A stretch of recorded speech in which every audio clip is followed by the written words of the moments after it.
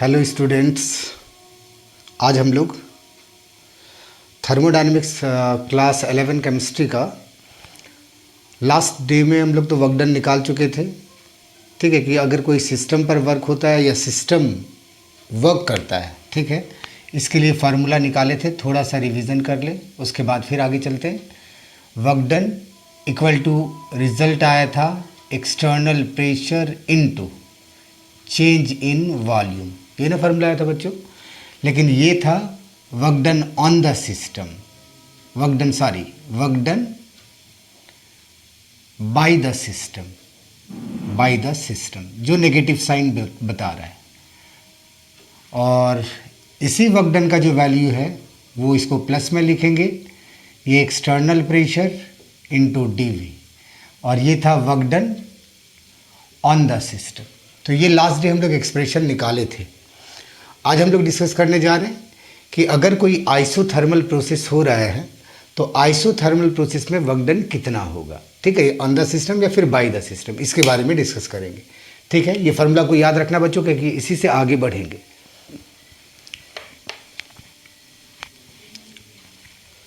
Main topic में आते हैं जो आज डिस्कशन करना है work done in case of isothermal process.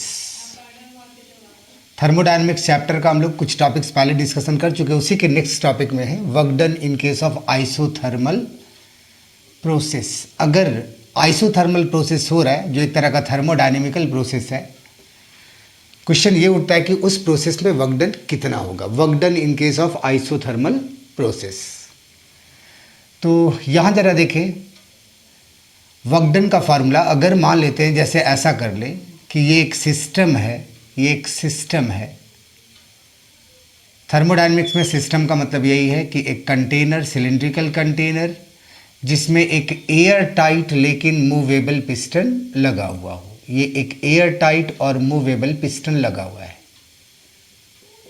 और इसके अंदर कोई आइडियल गैस डाला हुआ है। थर्मोडायनेमिक्स चैप्टर में हम लोग इसी को क्या कहते हैं, सिस्टम कहते हैं। ये आइडियल गैस है। सपोज ये कर रहे कि यहाँ ये अभी फिलहाल इक्विलिब्रियम में है। इक्विलिब्रियम में है मतलब ना पिस्टन नीचे की तरफ आ रहा ना पिस्टन ऊपर की तरफ जा रहा है, ये बैलेंस स्टेट में है। तो इसका ये मतलब हो रहा है कि यहाँ इंटरनल प्रेशर जो गैस का होगा और जो एक्सटर्नल प्रेशर होगा सराउंडिंग का, ये एक्सटर्नल प्रेशर है और ये जो प्रेशर है ये इंटरनल प्रेशर है। अगर ये बैलेंस स्टेट में है तो ऐसे कंडीशन में ये दोनों आपस में इक्वल होगा, गैस का प्रेशर और एक्सटर्नल प्रेशर, मतलब pressure of the system and pressure of the surrounding, दोनों आपस में इक्वल होगा। ठीक है बच्चों, लेकिन सपोज करें ये फिलहाल इक्विलिब्रियम में अगर नहीं है, ये अगर इक्विलिब्रियम में नहीं है तो सपोज ये कर रहे हैं कि let pressure of the gas is slightly greater then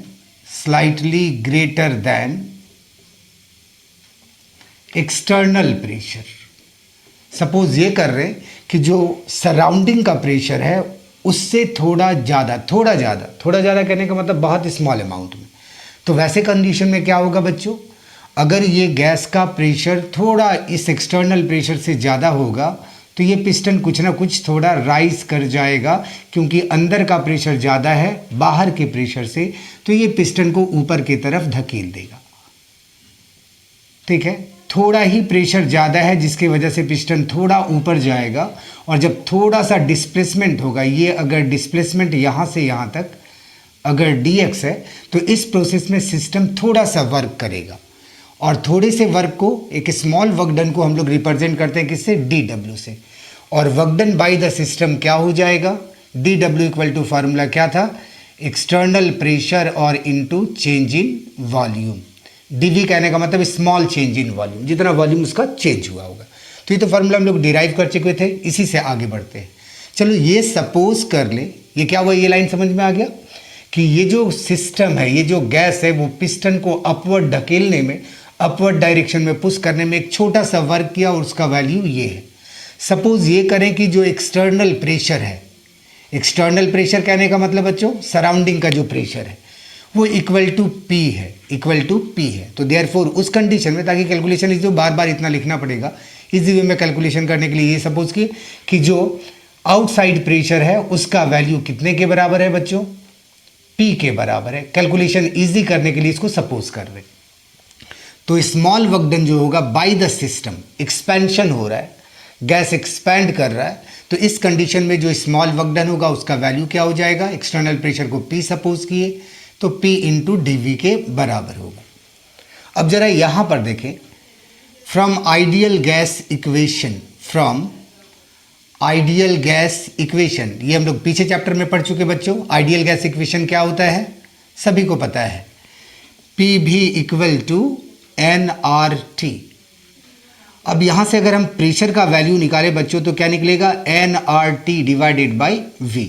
ये जो प्रेशर का वैल्यू निकला है इस वैल्यू को यहाँ पुट कर देते हैं तो वर्क डन कितना आ जाएगा, जो स्मॉल वर्क डन होगा एक्सपेंशन के दौरान उसका वैल्यू क्या हो जाएगा, माइनस P के जगह में पुट कर देंगे nRT डिवाइडेड बाई V।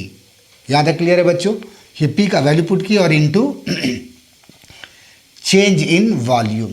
ठीक है, टेम्परेचर याद रहे कांस्टेंट है क्योंकि आइसोथर्मल प्रोसेस है, आइसोथर्मल प्रोसेस में टेम्परेचर कांस्टेंट। हाँ, वॉल्यूम चेंज हो रहा है, ये दिख रहा है वॉल्यूम चेंज हो रहा है। एन और आर और टी ये तीनों चीज़ कांस्टेंट है। तो देयरफॉर टोटल वर्क डन अगर निकालना हो, therefore total work done in expansion from volume V1 to V2 will be. Total work done कैसे निकालते हैं बच्चों, जब भी अगर स्मॉल वर्क डन पता हो और टोटल वर्क डन निकालना हो तो हम लोग क्या करेंगे, इसको इंटीग्रेट कर देंगे, इंटीग्रेशन का हेल्प लेंगे। Integration of dW this is equal to minus nRT, ये तो कांस्टेंट है, डिवाइडेड बाई भी। अब पूरे चीज़ को हम लोग लिख दें, ये जो कांस्टेंट है उसको इंटीग्रेशन के बाहर कर सकते हैं, minus nRT into integration of dV divided by V। ठीक है बच्चों, dV बाई V। और एक्सपेंशन V1 से V2 हो रहा है, पहले वॉल्यूम V1 था, बाद में ये एक्सपैंड होकर पिस्टन यहाँ चला गया तो इसका वॉल्यूम V2 हो गया। तो हम ऐसा करेंगे, लोअर लिमिट V1 पुट करेंगे और अपर लिमिट V2 पुट करेंगे। क्या ये क्लियर हो गया बच्चों? टोटल वर्क डन निकालने के लिए इसको इंटीग्रेट कर देंगे। जब भी टोटल निकालना हो, अगर स्मॉल वर्क डन पता है, टोटल निकालना हो तो इंटीग्रेशन का हेल्प लेंगे और लिमिट जरूर पुट करेंगे कि आखिर एक्सपेंशन कितना वॉल्यूम से कितना वॉल्यूम हो गया है। जैसे पहले वॉल्यूम V1 था, बाद में V2 हो गया, तो V1 से V2, जैसे पहले 10 लीटर था, बाद में 12 लीटर हो गया, तो lower limit 10 litre, upper limit 12 litre put करके हम लोग इसको इंटीग्रेट करेंगे। यहाँ तक बच्चों समझ में आ गया? चलो आगे कैलकुलेशन करें जरा, ये सब मिटा दे रहे, आगे कैलकुलेशन करते हैं। dW का इंटीग्रेशन सभी कोई जान रहा बच्चों, dW का इंटीग्रेशन क्या होता है, W means total work done. ये जो माइनस nRT है ये बाहर रखेंगे, nRT into dV by V का इंटीग्रेशन पता होगा बच्चों, dV बाई V का इंटीग्रेशन क्या होता है, log V, log V। ये ln को हम लोग log रीड करेंगे, ठीक है, मैथ्स में ये बताया जाएगा क्लास 12 में कि dV बाई V का इंटीग्रेशन log V होता है। ये जो log है इसका बेस E है, तो dV बाई V का इंटीग्रेशन हम लोग log V लिख दिए, upper limit V2 and lower limit V1। यहाँ तक बच्चों क्लियर हो गया? चलो दिस इज इक्वल टू, अब सॉल्व करें, लिमिट पुट करना सभी को आता है, nRT इंटू V के जगह में पहले अपर लिमिट पुट कर देंगे तो log V2, V के जगह में V2, फिर माइनस का साइन देते हैं। ये सब मैथमेटिकल टूल्स में बता दिया गया है कि कैसे लिमिट पुट किया जाता है। log V के जगह में फिर हम लोग क्या करेंगे, लोअर लिमिट पुट करेंगे V1। क्लियर है यहाँ तक? ठीक है, पहले V की जगह में अपर लिमिट, फिर माइनस का साइन देके V की जगह में लोअर लिमिट। लॉग का फॉर्मूला ये भी पता होगा बच्चों कि जब दो लॉग माइनस में होता है तो एक ही लॉग लिखा जा सकता है, और ये जो V2 और V1 है इसके बदले में V2 डिवाइडेड बाई v1 लिखा जा सकता है। 2 लॉग जब भी माइनस में हो तो इसको इतना डिवाइडेड बाई इतना लिख सकते हैं। अगर ये प्लस में होता तो दोनों को मल्टीप्लाई में लिख सकते थे। ये लॉग का रूल है। अच्छा, ये जो लॉग है इसका बेस ई है। अगर इसको बेस 10 में अगर कन्वर्ट करना है तो हम लोग क्या करते हैं 2.303, ठीक है, या ऐसे कर ले, ये रहने दे -nRT अपने जगह पर। लॉग जो बेस ई है अगर इसको लॉग बेस 10 में कन्वर्ट करना है तो 2.303 से मल्टीप्लाई करते तो ये लॉग बेस 10 में कन्वर्ट हो जाता है। इसका बेस में यहाँ कुछ नहीं लिखा, मतलब बेस ई है, ठीक है। ये हमेशा याद रखेंगे कि अगर ln लिखता है तो इसका ये मतलब होता है लॉग बेस ई, और log लिखता है लॉग तो इसका ये मतलब है कि इसका बेस में 10 छिपा हुआ है। तो 10 और e लिखना जरूरी नहीं है। बेस में जब e होगा तो सिर्फ ln लिखेंगे और बेस 10 होगा तो सिर्फ log लिख सकते हैं। तो फिजिक्स या केमिस्ट्री में ln को अगर लॉग में कन्वर्ट करना, बेस e को बेस 10 में कन्वर्ट करना है तो इतना से मल्टीप्लाई करेंगे और इनटू जो है v2 डिवाइडेड बाई v1 ये रहेगा। सिंप्लीफाई कर देने पर ये नंबर को पहले कर सकते हैं -2.303 nRT into log v2 divided by v1। यहाँ तक समझ में आया बच्चों? 1 मिनट, ये रिजल्ट समझ में आ गया। तो टोटल वर्क डन का जो वैल्यू आइसोथर्मल प्रोसेस में निकला बच्चों, इसका वैल्यू निकल गया -2.303 nRT log v2 divided by v1। Clear हो गया? Work done equal to -2.303 nRT। n जान रहे नंबर ऑफ मोल्स है गैस का जो इसके अंदर भरा होगा, r गैस कांस्टेंट है इसका वैल्यू भी पता है, t टेम्परेचर है इस गैस का, log v2 by v1, v2 होगा जो फाइनल वॉल्यूम हुआ है एक्सपेंशन की वजह से, और v1 क्या होगा बच्चों? ये v1 जो है वो लोअर लिमिट जो है वो इनिशियल वॉल्यूम है और v2 जो है वो अपर लिमिट है। क्लियर है बच्चों यहाँ तक? अब अगर ये v1 v2 को प्रेशर, जैसे टेम्परेचर कांस्टेंट है लेकिन प्रेशर वॉल्यूम इसका चेंज हो रहा है, अगर इसी फार्मूला को अगर हम लोग प्रेशर के टर्म में लिखना चाहें तो ये पता है कि आइसोथर्मल प्रोसेस में P1 into V1 equal to P2 into V2 होता है, ये सभी को पता है। आइसोथर्मल प्रोसेस में P1 V1 का वैल्यू P2 V2 के बराबर होता है। तो यहाँ से अगर हम लोग यहाँ V2 बाई V1 दिख रहा है, हम ऐसा करते V1 को राइट साइड P2 को लेफ्ट साइड कर दे तो P1 divided by P2 this is equal to क्या हो जाएगा बच्चों? Right side V2 divided by V1। तो ये जो P1 बाई P2 है इसके बदले में V2 बाई V1 या V2 बाई V1 के बदले में P1 बाई P2 पुट कर सकते हैं।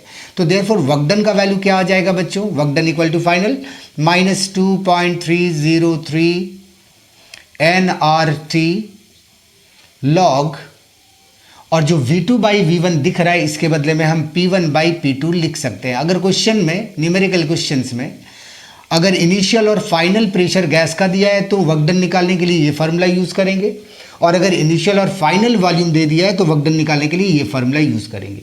और याद रखना है ये वर्क डन आइसोथर्मल प्रोसेस में हो रहा है जब एक्सपेंशन का केस है, गैस जब एक्सपैंड कर रहा होगा उस कंडीशन में वर्क डन का ये फार्मूला पुट करेंगे।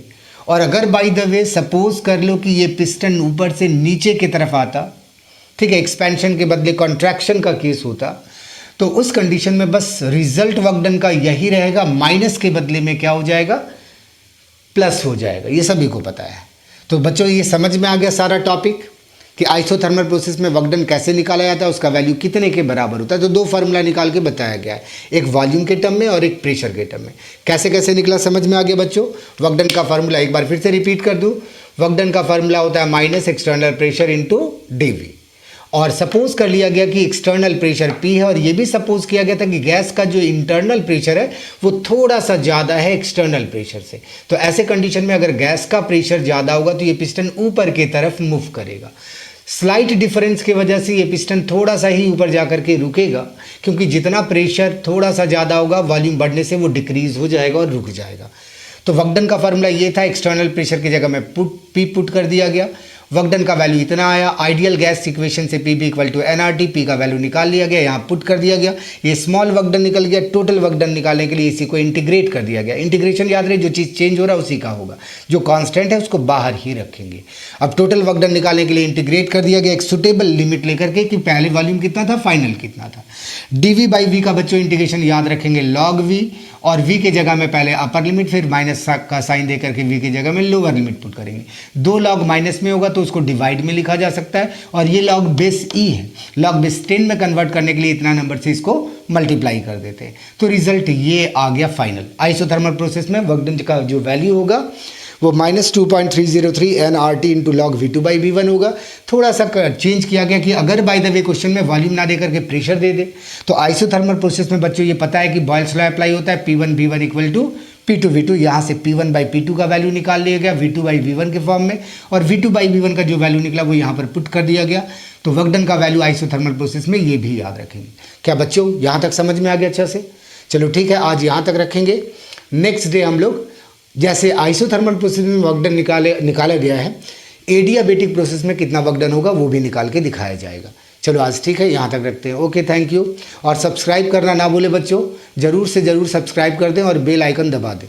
Okay, thank you.